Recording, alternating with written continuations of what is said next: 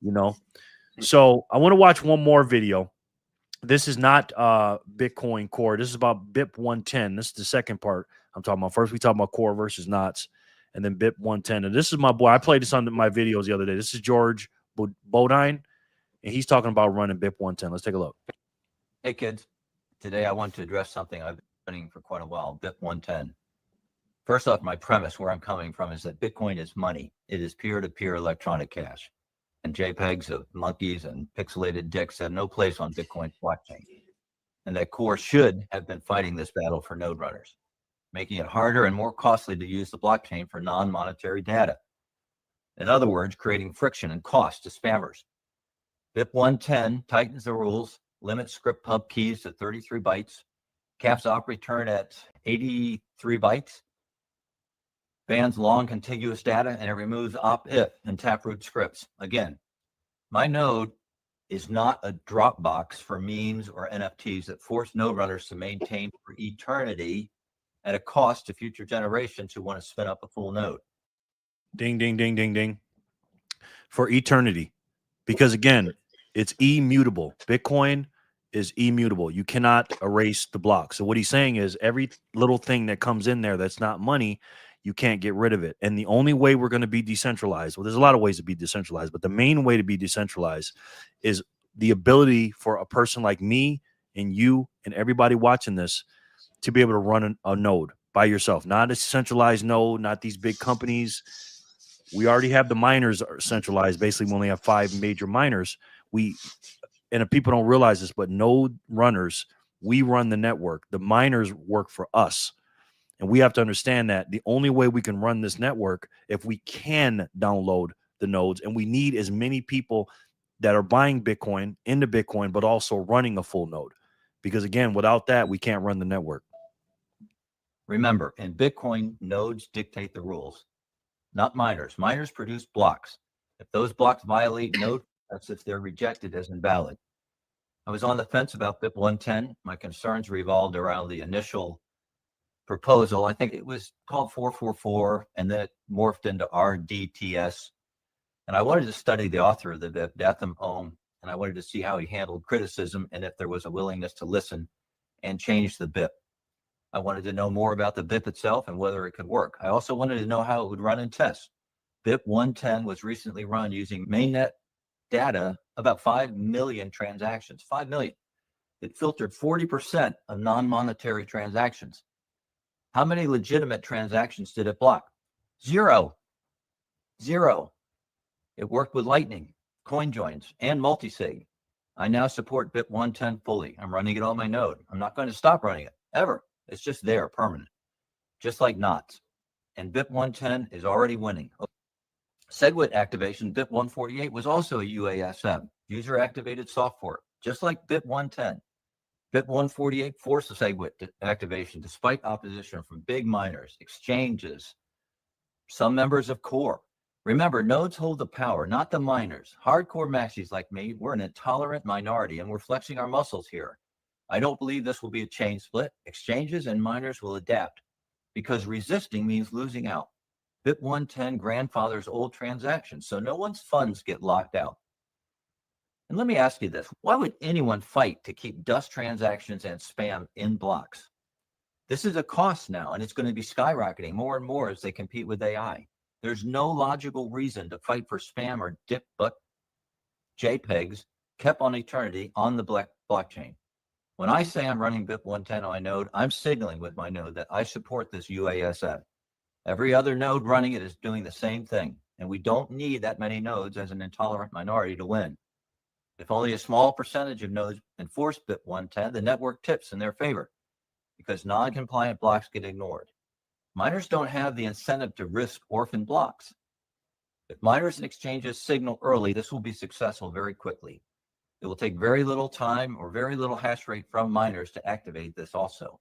And what is the end game? First off, BIP 110's success will demonstrate again that nodes hold power, not miners. This solidifies Bitcoin as unbreakable money. not to be fucked around with, and that we will resist and make it costly for spammers to be on the network. If you want crap kept in a permanent Dropbox for eternity, do it somewhere else. So no more letting cores and actions slide. We, the node runners, take back control. So what can you do? Start by running a node, then run BIP 110. It's straightforward, and there are resources online and videos on X and YouTube also. Signal your support. BIP 110 is temporary. Signaling for miners takes place in September. If BIP 110 is successful, it'll last 1 year. That will allow us to make sure it is both safe and remains effective. Stay sovereign and frosty out there, kids. Talk to you later. Backpacker, what do you think about that? Well, first of all, that video don't get you fired up. I don't know what is what, but that video is going to age like fine wine. Okay, that video is perfect. Actually, that video really just simply demonstrates exactly why you should be running it. Because number one, like I said when I was speaking earlier, is it's not a Dropbox. We're not some storage facility, right? He said the same thing. He says it's money. We're not a Dropbox, right? And quite frankly, if it's not broken, why are we trying to fix it? Why are we trying to alter what was put in place? I mean, it's basically saying, hey, Satoshi, guess what? You know, who cares what you said? Who cares what you did, what you created? We're going to screw it all up like, you know, like humans do on a lot of things. I feel like that video needs to be saved and pulled up whenever it need be for someone who does not know what to do. That video is a perfect example. Now, obviously, you can deep dive, you can go down the rabbit hole, you can, because there's layers to anything you look into. But if you want about sovereignty, I mean, it's pretty. If you want sovereignty, it's BIP 110. You can make shirts out of this. So yeah, BIP 110 for the win, bud. Okay, so I support BIP 110. I don't like the spam on the network either.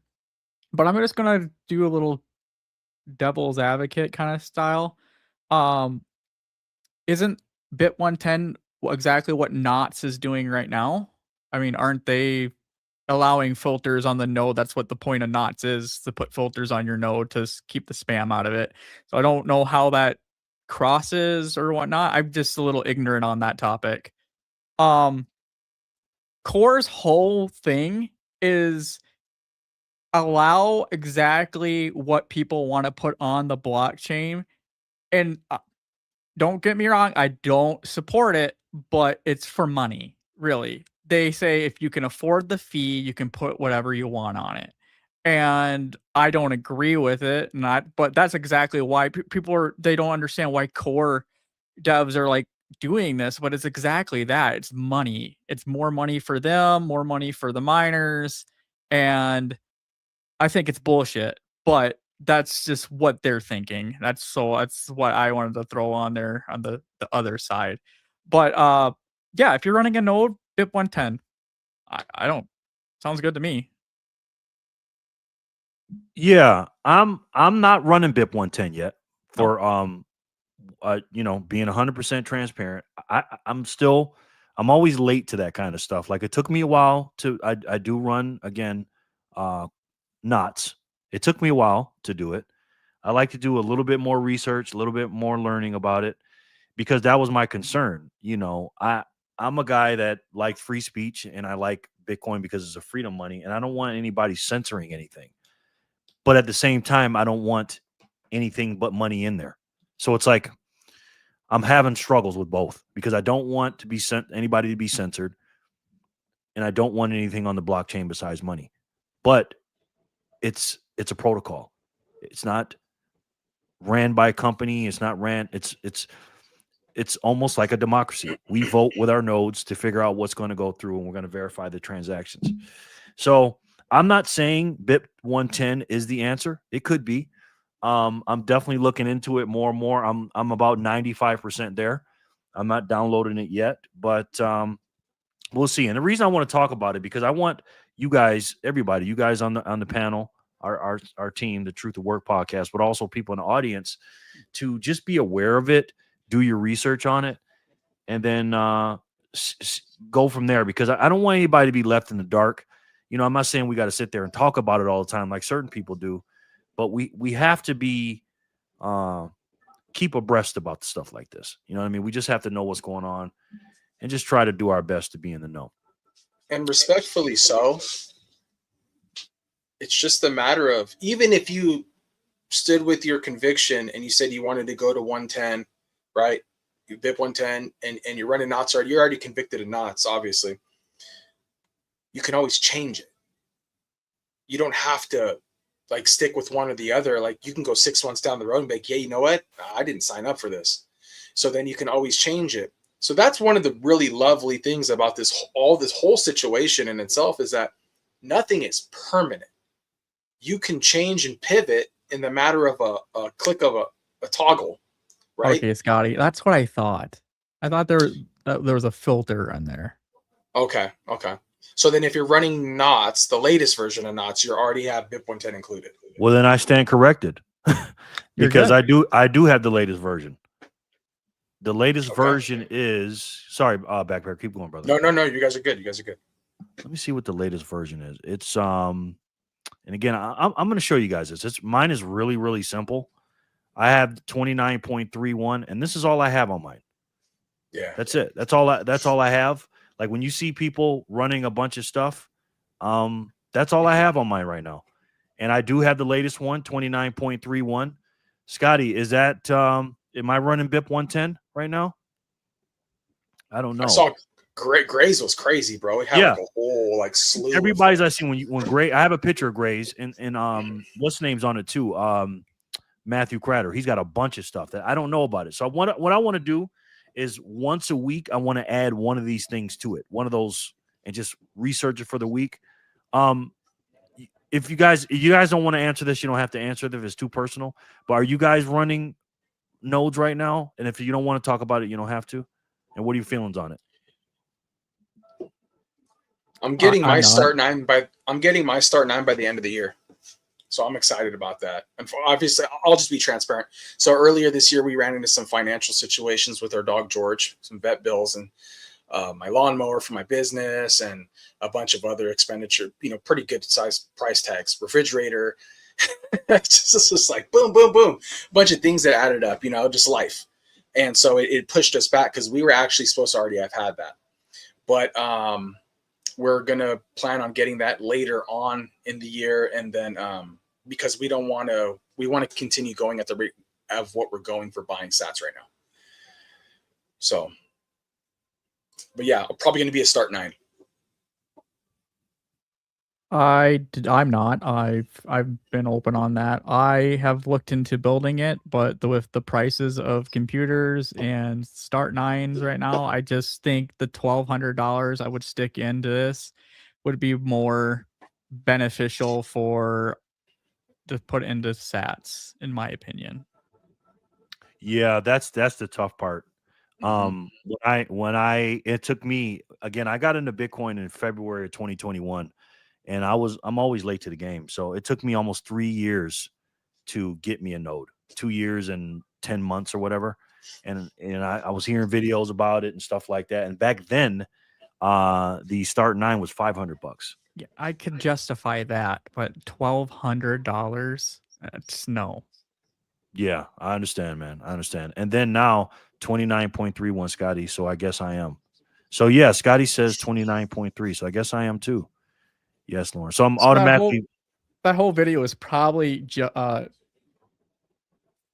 pictured towards core runners to download Bit 10 to run it on top of their core. Okay. So I thought that with Bitcoin not. See, this is how ignorant I am of this. So I'm glad we're talking about this stuff because, this is stuff we want to know. I thought I had to, download Bitcoin Knots. Gray's the one that helped me push me towards it. I came standard. When I bought my start 9 back in 2023, standard was core. It just came with it. Everybody went to core, except the people that really knew and wanted to do some different stuff. But now, even again, start 9, they're kind of pushing Bitcoin Knots and BIP 110. that's another reason why I'm looking. I'm like, wow. And I trust Start9 as a company. So I'm just like, wow. So yeah, so that's what's going on, guys. Just to stay in the loop. I got my PC built just before RAM went crazy. Luckily, it would cost RAM double is to make it. insane.